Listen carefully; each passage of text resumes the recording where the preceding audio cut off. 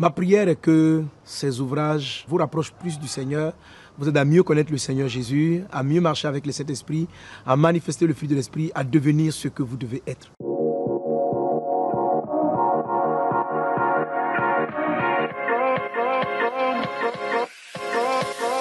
Je suis Mohamed Sanogo Yérénian, pasteur, président de l'organisation Chrétienne Vie, pasteur principal des églises Vase d'Honneur et du ministère Message de Vie. Je suis aussi chanteur et écrivain.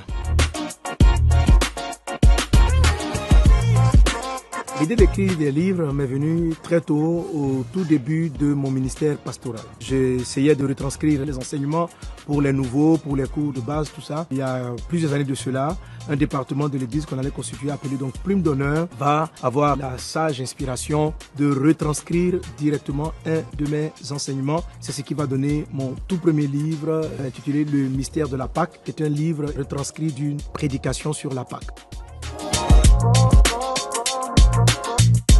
Me vient du Saint-Esprit, je prends le temps vraiment de prier avant de prêcher, d'exhorter, et l'Esprit du Seigneur me donne des orientations.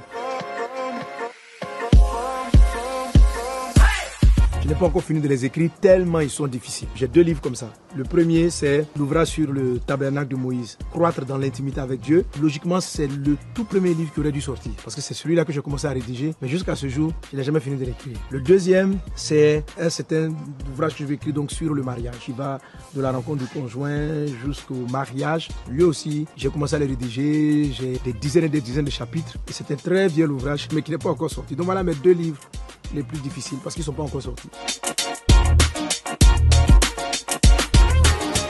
Dans la série sur les dévotionnels, un que j'ai écrit très vite, c'était sur la paix.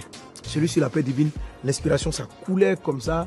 Et puis, je dirais aussi un peu sur la patience aussi. Vraiment, c'est un flow ininterrompu. Donc, je suis allé très vite refléter la paix divine et puis la patience divine, qui ont été des livres assez faciles à rédiger.